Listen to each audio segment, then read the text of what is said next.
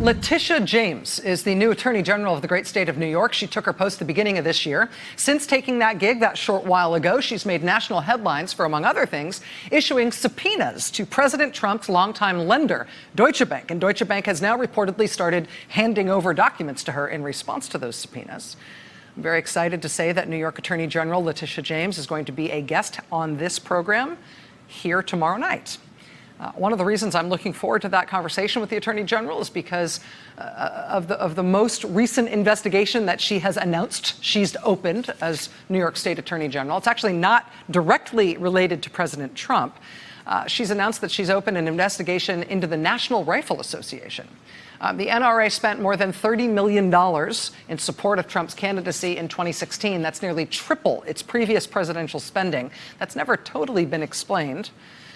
Since then, the NRA, interestingly, has been operating in the red and contending with growing accusations and increasingly flagrant accusations of financial mismanagement and self-dealing inside the organization.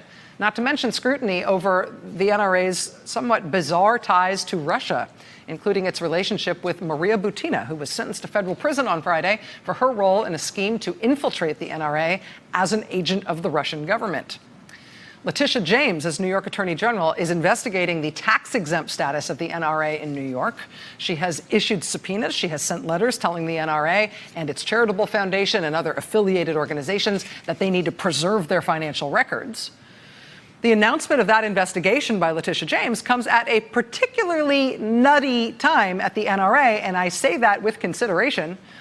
Earlier this month, the NRA filed a lawsuit against its longtime ad firm, saying essentially that NRA President Oliver North has been getting millions of dollars for a no-show fake TV show job from them. The NRA says its ad firm is paying Oliver North millions of dollars to host an NRA TV series, but they haven't really been producing it. They've just been paying him. Then late last week, the longtime executive vice president of the NRA, Wayne LaPierre, accused Oliver North of attempting to extort him.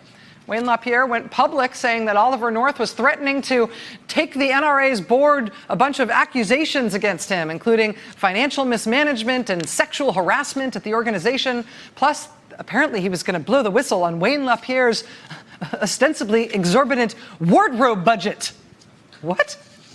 Unless Wayne LaPierre resigned his post and dropped the lawsuit against the ad firm. It's all...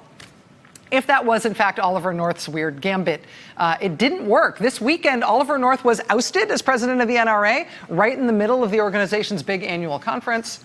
The NRA appears to be falling apart right now. Couldn't happen to a nicer bunch.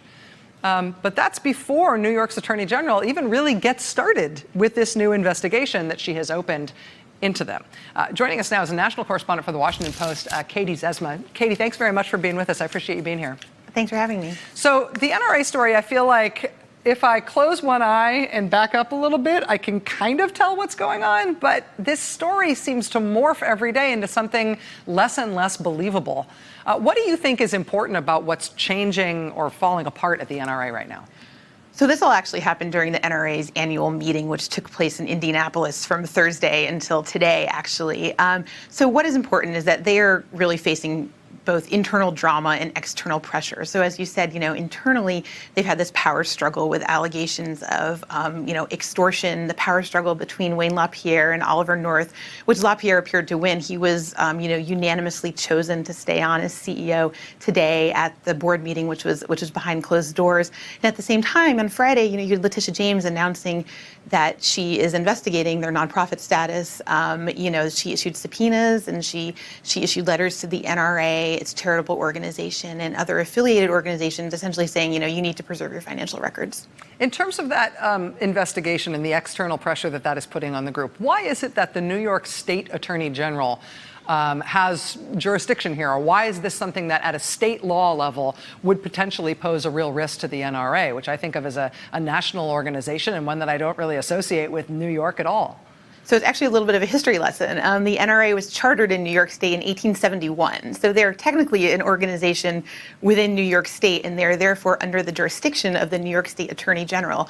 They're also a nonprofit, and New York has very, very strict, rules and laws that guide its nonprofits, and the Attorney General has a lot of leeway over that. So they are chartered in New York. That even though they're based in Virginia, that is where they're registered as a nonprofit, and that's why Letitia James is able to do what she's doing. And in terms of the relationship between that external pressure from Letitia James and the internal fissures that are breaking open here, and obviously Oliver North is out now and Wayne LaPierre has emerged with this thing in his teeth, are they substantively related too? I mean, it seems like part of the fight between Wayne LaPierre and Oliver North and what's been going on inside the organization is about the group's finances and is about serious allegations of financial wrongdoing. I'm guessing that those may ultimately turn up in a New York State investigation about how the group's nonprofit status is being evaluated, at least by New York State. Does it seem to you from your reporting that the substantive fight inside the organization is about the kind of stuff they might get in trouble for with this investigation? Well, North said that in a letter that was read as he was resigning, that he wanted to open up a committee essentially to look into these allegations of financial mismanagement, many of which were reported in the press over the past couple of months. Another factor here is that the NRA is actually suing its longtime public relations firm, Ackerman McQueen, which it paid $40 million to in 2017, according to the lawsuit. So that is another financial issue that's happening within the organization right now. There's been lots of talk about it. We've spoken with members as well, just kind of rank and file members who said, I actually would like to know a little bit more about what's happening financially. So it does, all of these things are coming to a head right now, and they happen to come to a head, over this meeting this weekend in Indianapolis. Yeah, to have it happening while the convention is happening, while President Trump is giving, forgive me, a blood-curdling speech at that convention, while Maria Butina is being sentenced to federal prison for her NRA mishegas on behalf of the Russian government. I mean, it's all things all at once. Katie Zesma, national correspondent for The Washington Post, thank you for being with us tonight. Appreciate Thanks for your having help. me. Thanks. All right, stay with us. Hey there, I'm Chris Hayes from MSNBC. Thanks for watching MSNBC on YouTube. If you want to keep up to date with the videos we're putting out, you can click subscribe just below me or click over on this list to see lots of other great videos.